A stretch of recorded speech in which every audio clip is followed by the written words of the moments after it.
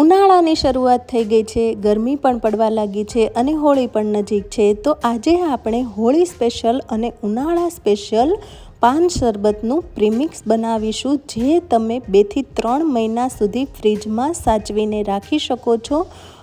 અને ઉનાળાની ગરમીમાં જ્યારે પણ તમને કંઈક ઠંડુ અને રિફ્રેશિંગ ડ્રિંક પીવાની ઈચ્છા થાય તો તમે ફક્ત 1 જ મિનિટમાં આ ડ્રિંક બનાવીને પી શકો છો અને પેટને ઠંડક આપી શકો છો. અને હોળીમાં પણ તમે તમારા પરિવારજનોને અથવા તો તમારા મિત્રોને આ ડ્રિંક પીવડાવશો તો તે લોકો પણ ખુશ થઈ જવાના છે. તો ફ્રેન્ડ્સ, કેમ છો? જય સ્વામિનારાયણ. સ્વાગત છે તમારું મારી યુટ્યુબ ચેનલ શ્રીજા ફૂડ અને મારા કિચનમાં. તો ફ્રેન્ડ્સ, વિડીયોને શરૂ કરતાં પહેલાં જો હજુ સુધી તમે મારી ચેનલને સબસ્ક્રાઈબ નથી કરી અને મારી ચેનલ પર પહેલી વાર આવ્યા છો તો મારી ચેનલને જરૂરથી સબસ્ક્રાઈબ કરી લેજો અને મારા વિડીયોને ફેમિલી ફ્રેન્ડ્સમાં શેર કરવાનું ભૂલતા નહીં. તો ચાલો ફ્રેન્ડ્સ, આપણે પેટને ઠંડક આપનારું પાન શરબતનું પ્રીમિક્સ બનાવીએ.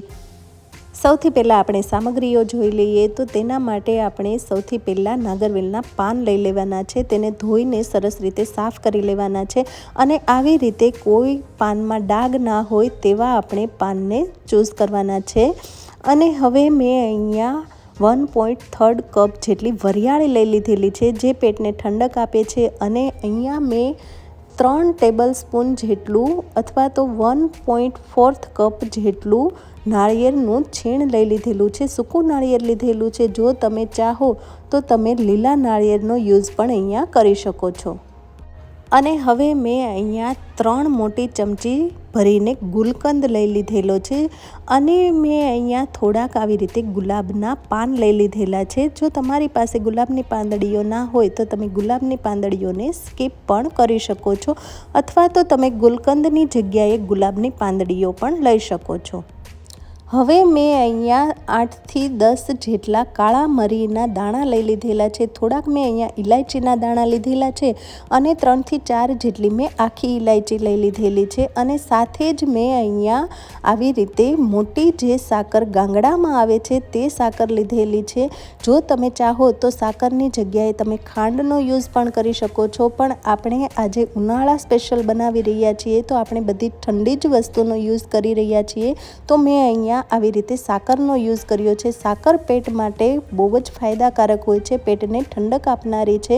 તો સૌથી પહેલાં આપણે સાકરને આવી રીતે કપડામાં લઈ લઈશું અને તેને દસ્તાની મદદથી આવી રીતે થોડી તોડી લઈશું. તો તમે જોઈ શકો છો કે મેં સાકરને આવી રીતે તોડી લીધેલી છે. તો હવે આપણે મિક્સરના જારમાં તેને ઉમેરી દઈશું અને ઢાંકણ બંધ કરીને તેનો પાવડર બનાવી લઈશું. તો તમે જોઈ શકો છો કે મેં આવી રીતે સાકરનો પાવડર બનાવી લીધેલો છે. તો હવે મેં એક બાઉલમાં 2 કપ જેટલો સાકરનો પાવડર લઈ લીધેલો છે. સાકરને આપણે મેં જે રીતે બતાવ્યું તેવી રીતે તોડીને જ લેવાની છે, જેથી કરીને મિક્સર આપણું ખરાબ ના થાય. તો હવે આપણે ફરી પાછું એ જ મિક્સરનો જાર લઈ લઈશું અને તેમાં આપણે આવી રીતે પાનના જે ડીટીયાના ભાગ હોય તેને આપણે કાઢી લઈશું અને તેને આવી રીતે નાના ટુકડામાં સુધારીને મિક્સરના જારમાં ઉમેરી દઈશું. તમે જે રીતે વિડીયોમાં જોઈ રહ્યા છો તેવી જ રીતે આપણે બધા જ પાનને આવી રીતે કટકા કરીને મિક્સરના જારમાં ઉમેરી દેવાનું છે. અને સાથે જ તેમાં ટોપરાનું છીણ, વરિયાળી, કાળા મરી, ઇલાયચી અને ગુલકંદને પણ આપણે સાથે જ તેમાં ઉમેરી દઈશું. અને હવે આપણે તેમાં થોડીક ગુલાબની પાંદડીઓ ઉમેરી દઈશું, થોડીક આપણે ડેકોરેશન માટે રાખીશું અને સાથે જ આપણે તેમાં થોડું પાણી ઉમેરી દઈશું. મિક્સરના જારનું ઢાંકણ બંધ કરી દઈશું અને તેને મિક્સરમાં પીસીને તેની પેસ્ટ બનાવી લઈશું. તો તમે જોઈ શકો છો કે મેં આવી રીતે તેની પેસ્ટ બનાવી લીધેલી છે. તો હવે આપણે એક કઢાઈને ગેસ ઉપર ગરમ કરવા માટે રાખી દઈશું અને તેમાં આપણે જે પાનની પેસ્ટ બનાવીને રાખેલી છે તે પેસ્ટને ઉમેરી દઈશું. અને આ પેસ્ટને આપણે સતત સ્પેચ્યુલાની મદદથી હલાવતા જઈને 3 થી 4 મિનિટ સુધી ઉકાળી લેશું, જેથી કરીને પાનમાં જે કંઈ પણ કચાશ એટલે કે કાચાપણું હોય તે દૂર થઈ જાય.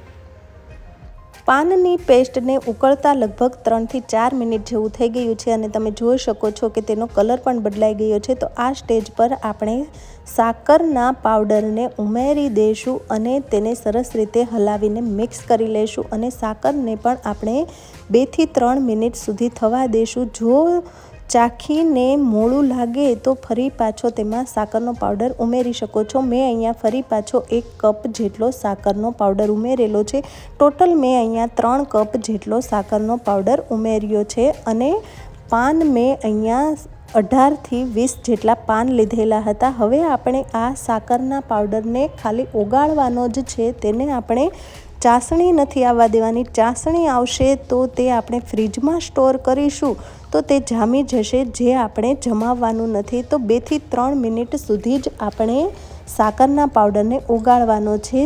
જો તમે ચાહો તો આ સ્ટેજ પર તમે આ પેસ્ટમાં ગ્રીન ફૂડ કલર પણ ઉમેરી શકો છો, પણ મેં અહીંયા ગ્રીન ફૂડ કલર ઉમેર્યો નથી। હું એમ જ બનાવી રહી છું, પાનનો નેચરલ કલર જ રાખી રહી છું।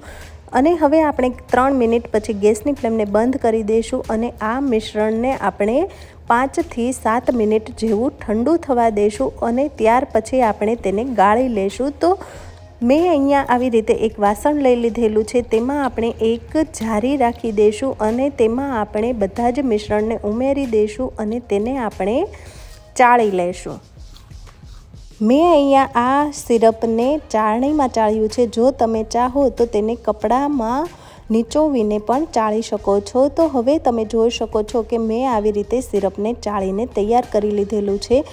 આ સિરપમાંથી આપણે શરબતને પાણીમાં અને દૂધમાં બંને રીતે બનાવી શકીએ છીએ। તો હવે આપણે તેને કેવી રીતે બનાવવું તે જોઈ લઈએ।